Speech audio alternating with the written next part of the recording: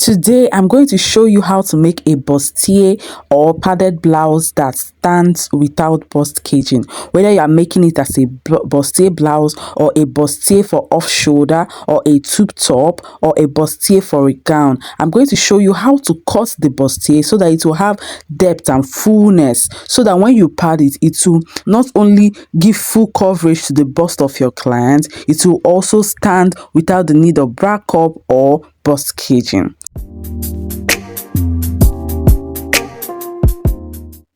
Alright, welcome to Perfect Glamour Fashion.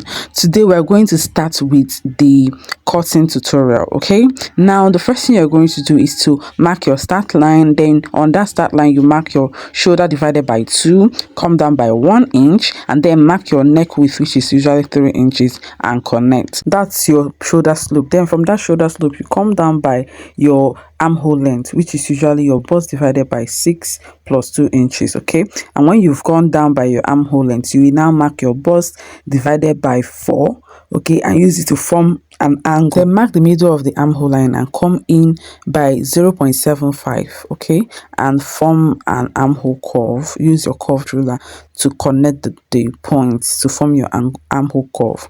When you're done doing that, the next thing is to mark your vertical measurements, which will now depend on what you're making. Okay, if you're making a blouse, you're going to mark your bust point, your under bust, your half length, and your top length. But this one is going to be, I'm just going to be stopping at the half length. So I marked my bust point, my under bust, and my half length. Okay, that's all the lengths that I need. So whatever you need, implement it in your own pattern drafting. Is the same thing. Okay, so I went ahead to label my lines, and then I marked my nipple to nipple measurement divided by 2 on the lines, and then I connected a straight line. Now pay attention to this part. Now I'm going to be doing my bust contouring, and I'm using 0.25 because I'm on the fuller side. Okay, now if your client is anything between 38 to 42, you should be using 1.25 on both sides of the darts. Okay, but if your client is less than 38, you should be using 1 inch on both sides of the dart. But if your client is more than 42 going to 43, 45, 46, you should be using 1.5 inch on both sides of the dart leg, and it just keeps going on. I hope you get that. And then you will connect the lines just the way you saw me do in this video. Okay, connect the dart legs down, and then from the bust point come down by ½ inch before you use the curved ruler to connect. Okay, now for the over bust tightening, what I do is that I check how open I want my bust to be. Okay, so anything less than 7 inches is going to show your cleavage a bit. So measure from your neckline down to whatever you want it to be. So you can use 7, you can use 8, depending on how much cleavage you want to reveal. Then you square up that your nipple to nipple line all the way up to that your chest line, and then or over bust line, sorry, and then on that line you're going to mark 0.75 on both sides of the darts. Okay, that's what you're going to be using for your over bust tightening. Okay, then I'm going to use my curved ruler to connect. Then you're going to mark the neck depth you want and the neck shape you want. If you want a sweetheart neckline, you want a scoop neckline, this is the point that you're going to form that. Okay, and then if it's going to be a tube, you're going to connect the side dart leg to the armhole. Okay, but this clothes is going to have a yoke. Okay, so it's the yoke that I'm forming. I came in by 2 inches from the shoulder side, and I'm connecting it to 1 inch from the armhole side.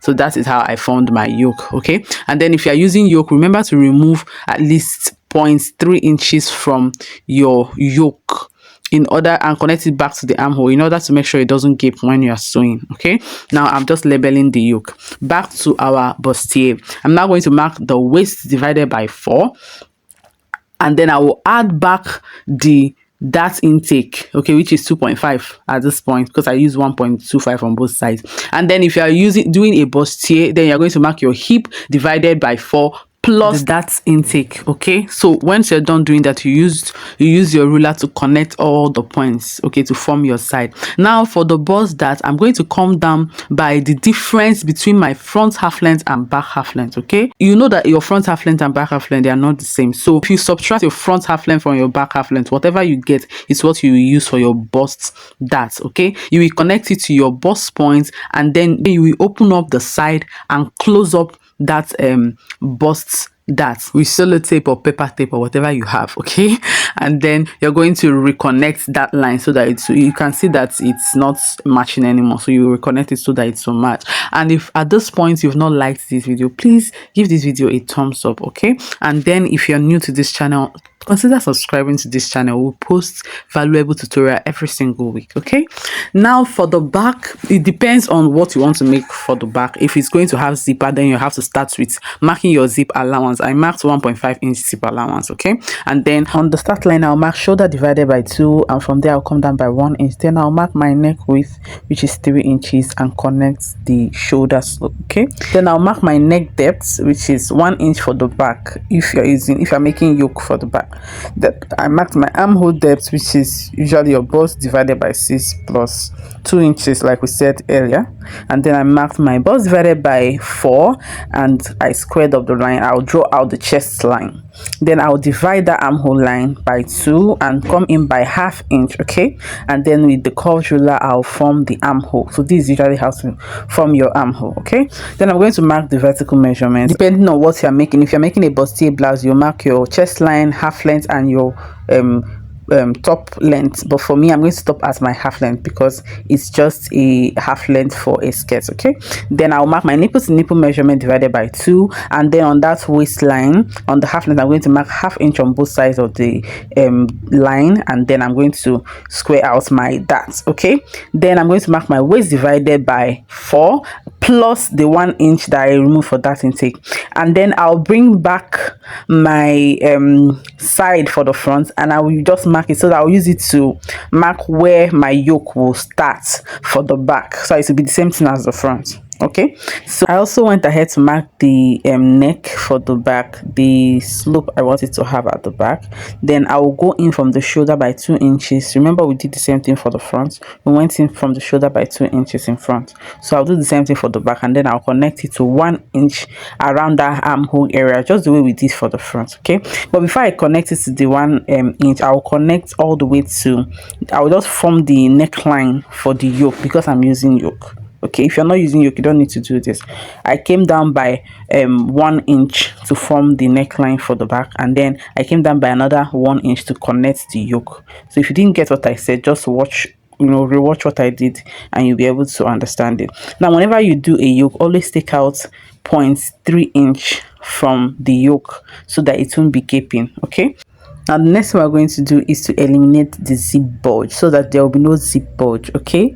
You come out from your half length by 1/2 inch and go in by another 1/2 inch. Do the same thing towards the zip allowance, sorry, and then you place your tape the way I just placed it, as if you are going towards the yoke, and connect, square up a line, and then you're going to connect that 1/2 inch as if you are doing that, and connect it to the side. So if you didn't understand what I just said, just rewatch it because this part is important, and do exactly what I did. Once you do this, there will be no bulging of any sort in your zip, okay? So in my next video, I'm going to be showing you how to make this your bustier so that it will stand without bust caging. And then I also made a full video tutorial on that dress you see on the thumbnail, okay? But after making the tutorial, it was about 2 hours long, so I thought of dividing it into playlists, okay, so that I can show you each part of the dress and teach you in details how to do it, and use that opportunity to teach you some tips and tricks